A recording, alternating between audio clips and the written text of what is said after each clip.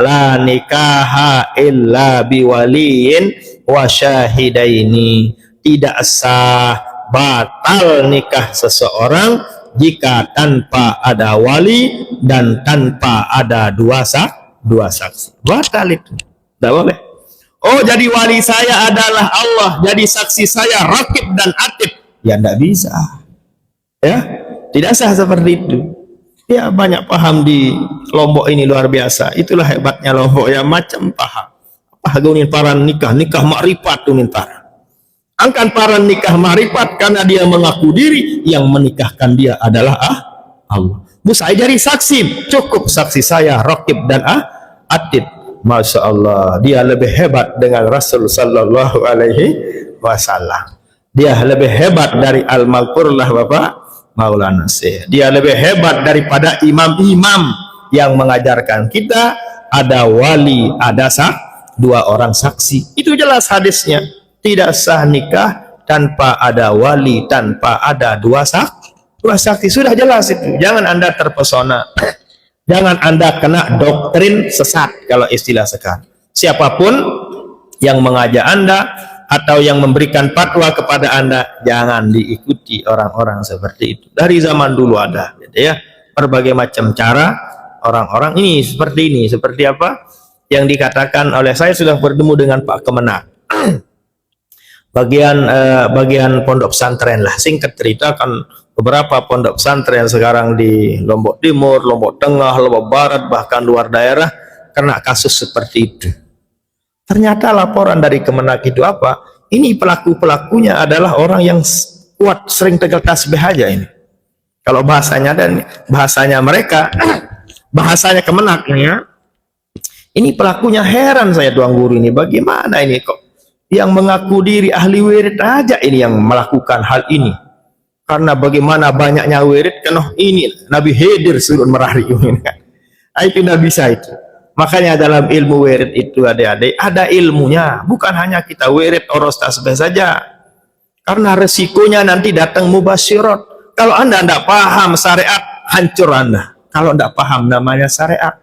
Makanya di Zubat itu diajarkan wazin bihukmis syar'i kulla khatiri fa in yakun ma'murahu fabadiri wala takhab waswasatas syaitani fa innahu amrun minar rahmani. Ini berbicara tentang mubasyirat. Berbicara tentang mubasyirat. Mubasyirat artinya kabar gembira. Mubasyirat ini bisa berbentuk manamiyah, bisarah leman tenduk, tedem, terdatengit leman tedem, tebadak.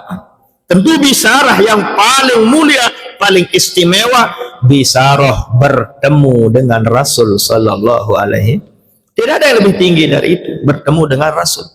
Memang bisa juga bertemu dengan Allah, bisa juga bertemu dengan malaikat. Bisarah juga namanya itu. Jadi pahami dulu arti mubasyirat itu apa. Mubasyirat artinya adalah kabar gembira. Beleman datang, bisa datang dengan mimpi. Anda didatangi oleh siapa misalnya? Didatangi oleh Al-Maghfurlah Bapak Maulana Syekh. Anda didatangi oleh Syekh Abdul Qadir. Anda didatangi oleh siapa misalnya? Anda lihat foto ulama Sayyid Muhammad Alawi Al-Maliki Al-Hasani Al-Makki, itu yang datang kepada Anda. Pada ruang kecilik foto itu, apa nih pesuruh bisarah datang? Oh, lamun bau apal Quran, lamun bau kamu nih lalu sekolah Jok Mekah, kan bagus bisarah seperti itu, berarti sesuai dengan syariat. Tapi kalau bentuknya mau bentuk eseh, mau bentuk berjubah, mau putih leman bulun sampai sandalan putih, misalnya yang datang dalam mimpi atau mubasyirat Anda, baik tatkala wirid atau tatkala dalam mimpi atau tatkala Anda berjalan, apa yang terkena Anda ini orang saleh, maka hendaknya Anda nikah dengan manuk misalnya. Sebaiknya Anda nikah dengan bembek. Apa sebabnya? Lamu merari kence bembek ndek nalah lalu belian meo misalnya. Nah, ini bertentangan dengan syariat. Wazin bihukmis syar'i, hendaklah engkau timbang dengan syariat semua yang khotir. Khotir itu adalah dalam hati. Jadi itu model mubasyirat itu adalah langsung ke hati, hati yang memahaminya. Tatkala masuk ke hati, diolah oleh pikiran, barulah kita sesuaikan dengan syariat. Sesuai tidak dengan syariat? Kayak Syekh Abdul Qadir saja bisa datang mubassirat, tapi mubassirat ini menyuruh Syekh Abdul Qadir Al-Jailani menuh sembahyang. Syekh Abdul Qadir, makammu saat ini adalah kutubul aqtab, datu penghulu wali di atas dunia. Oleh sebab itu, engkau wahai paduka yang mulia, tidak wajib lagi sholat, puasa, dan zakat. Bertentangan dengan syariat. Ini kelas Syekh Abdul Qadir. Apalagi kelas-kelas kau. Apalagi kelas-kelas kita ini. Itu makanya wajib hukumnya namanya syariat. Itu aja resiko kalau kita terjun dalam bidang wirid. Lagu insya Allah kalau wirid anda tidak akan tembus sampai mubassirat lah ya, karena wirid masin satu agak berat. Ingin dapat mubassirat ya sudah harus ribuan dan tidak cukup dengan bacaan. Dan untuk mendapatkan mubassirat bukan hanya dengan wirid, ini pemahaman yang perlu diluruskan. Anda rajin mutalaah bisa dapat mubassirat. Ya, alhamdulillah tahadus bi ni'matillah, saya pertama dapat mubassirat waktu di Mahad dulu karena mengamalkan sunnah Rasul sallallahu alaihi wasallam dulu. Karena waktu saya Haji Syama'il Muhammadiyah, saya baca ngaji di siapa yang ngajar dulu? Yang ngajar dulu guru Dr. Sihabuddin. Terus dilanjutkan oleh Abah Nasir yang ngajar Syama'il Muhammadiyah di Musala Al-Abrar. Ini singkat cerita, Nabi itu panjang rambutnya. Akhirnya saya panjang rambut dulu. Tapi niat amalkan sunnah. Bukan niatnya agar sakti. Bukan niatnya agar dikatakan kaot. Jadi kalau orang-orang dulu seperti itu, kenapa orang-orang dulu itu panjang rambutnya? Pertama, belum ada barbershop waktu itu. Yang kedua adalah karena mereka memang rambutnya terkadang tidak bisa potong, tidak bisa putus dengan gunting. Makanya rambutnya panjang. Jadi niat saya hanyalah semata-mata untuk mengamalkan sunnah Rasul sallallahu alaihi wasallam. Saya masuk ke kelas-kelas banat menjadi nuqaba dulu. Saya tanya, bagaimana banat? Apakah saya biarkan rambut saya panjang atau saya gundul? Semua kompak mengatakan, biarkan panjang Ustadz, katanya. Oke, berarti banyak pendukung saya bilang. Itu barokah mengamalkan sunnah. Alhasil karena niat saya bagus, alhamdulillah bisa bertemu dengan Rasul sallallahu alaihi wasallam. Pertama yang saya adalah potongan model rambut Rasul sallallahu alaihi wasallam. Nah, itu model bisyarah, namanya bisyarah manamiyah namanya seperti itu. Ya. Oke, jadi kali-kali bahwa untuk menghasilkan mubassirat tidak hanya dengan wirid. Kan wirid itu kalau mau dibandingkan dengan menuntut ilmu, masya Allah, jauh langit jauh bumi. Misalnya dalam hadis jelaskan, tafaqquhu sa'ah afdalu min ibadah sittina sana. Anda ngaji fikih sebentar di mana saja, mau muzakarah apalagi dengan masahnya, yang sebentar itu lebih mulia dari ibadah sunat 60 tahun. Anda wirid 60 tahun, baca Quran 60 tahun, tahajud 60 tahun. Lebih abdol yang ngaji sebentar itu. Nah, kan begitu. Tapi bukan berarti Anda tidak wirid, bukan berarti Anda tidak tahajud. Jangan salah terima lagi, ya. Jangan ambil satu hadis lalu buang hadis-hadis yang lain. Intinya punya tempat masing-masing. Tangan kanan lebih mulia dari tangan kiri, tapi bukan berarti karena tangan kanan mulia lalu kita tidak butuh kepada tangan kiri. Kepala adalah paling mulia, bukan berarti kepala paling mulia lalu Anda tidak butuh kepada buit. Semua kitab, kayak yang paling kotor kan buit, ya. Masalah buat hilangan sugul lentut, hilangan sugul segala-galanya. Tapi bukan berarti kita tidak butuh kepada buat. Ngerti ini? Nah, jangan salah terima Anda. Nah, dari itulah para ulama-ulama itu yang beliau inginkan, yang paling ulama rindukan adalah mubasyirat yang bersifat ilmiah. Yaitu ingin kasyaf dibukakan dalam ilmu pengetahuan. Terkadang kalian itu ingin apa? Ingin tahu hati orang. Ribet Anda mau tahu hati orang. Untuk apa Anda tahu hati orang?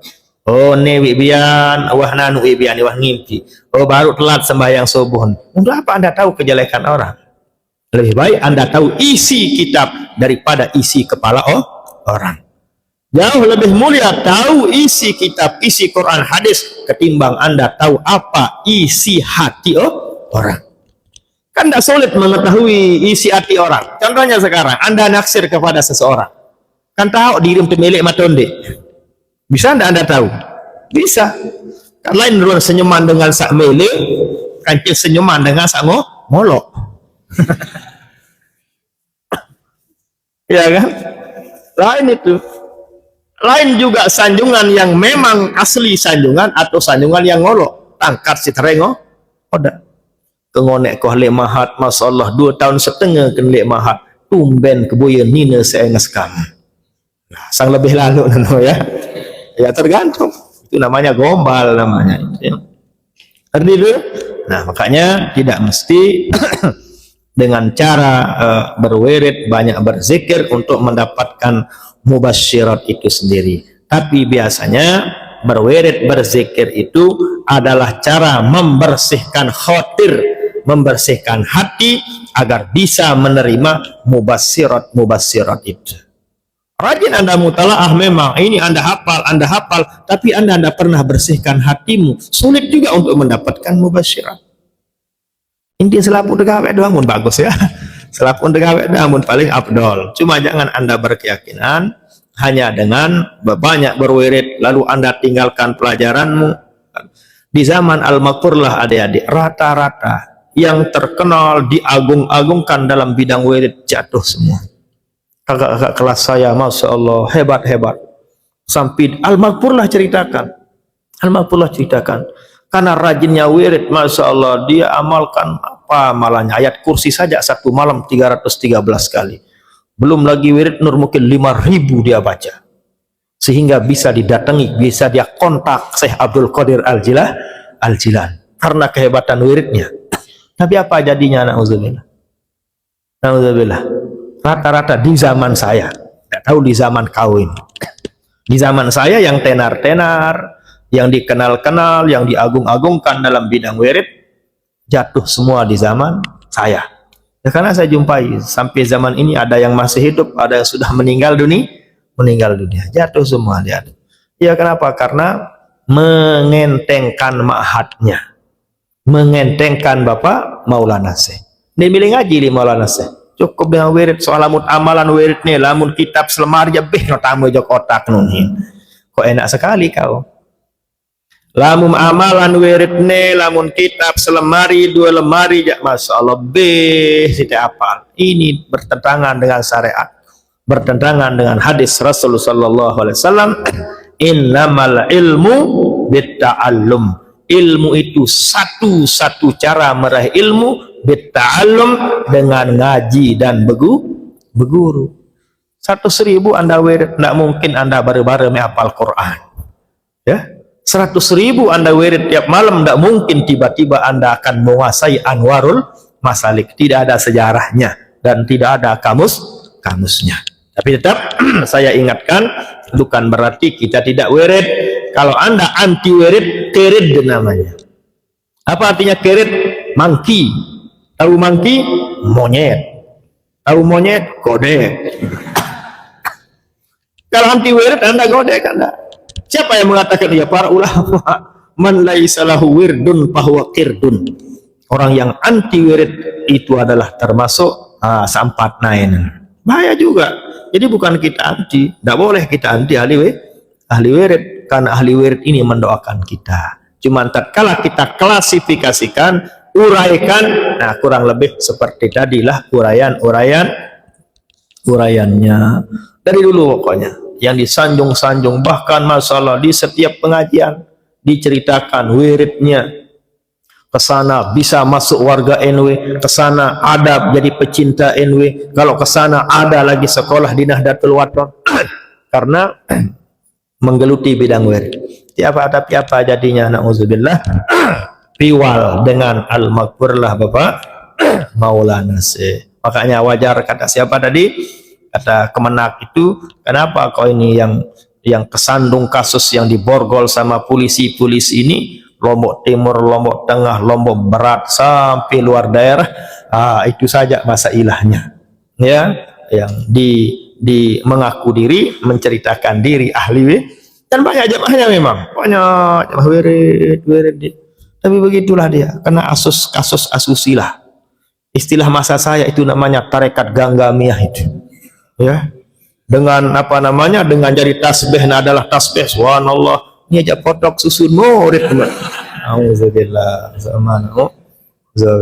itulah ujiannya memang. Semua kita punya ujian, tidak boleh kita caci mereka, tidak boleh kita maki mereka. Saya yakin mereka juga tidak mau melakukan hal seperti itu, tapi apa hendak dikata. Memang begitulah perjalanan hidup mereka. Cuman secara syariatnya, kalau dia mengatakan dalam mubassirat saya didatangi oleh Nabi Khidir untuk menikahi ini, mencabuli ini, bisa keluar dari iman. Kenapa? Menghalalkan yang haram. Nabi Khidir ini juga. Ada juga menjual al-makurlah Bapak Maulana Syekh. Pak Maulana Syekh kena suruh, na'udzubillah. Jika itu juga bisa keluar dari iman, karena melanggar, bertentangan dengan Al-Quran, hadis, maupun fatwa para ulama radhiyallahu ta'ala anhum ajmain. Karena ijma ulama mengatakan bahwa yang namanya perzinahan adalah hal yang diharamkan oleh Al-Quran. Jadi tidak ada yang menghalalkan, tidak ada hilaf lah ya. Jangan Anda, ada pendapat lemah ini mengatakan boleh, nggak ada itu yang menghalalkan perzinahan. Ada hikmahnya, ditangkap di sana, ditangkap di sini, diborgol oleh polisi. Nah, itu adalah sebagai apa namanya, bahan renungan bagi kita ini. Siapa tahu, ingatlah kita semua berada di tengah perjalanan. Nauzubillah, summa nauzubillah. Siapa tahu nanti kita yang diuji seperti itu. Jadi jangan sok-sok juga. Istilah sekarang, jangan kita juga sok suci. Jangan kita juga sok suci, ya, menentang, mencaci, memaki. Siapa tahu kita nanti kena godaan seperti itu. Mungkin Anda ada yang menggoda Anda seperti itu. Wajar Anda saleh seperti ini, ya. Tapi tatkala diuji tidak lulus, nauzubillah. Nah, makanya kita selalu berhusnuzon.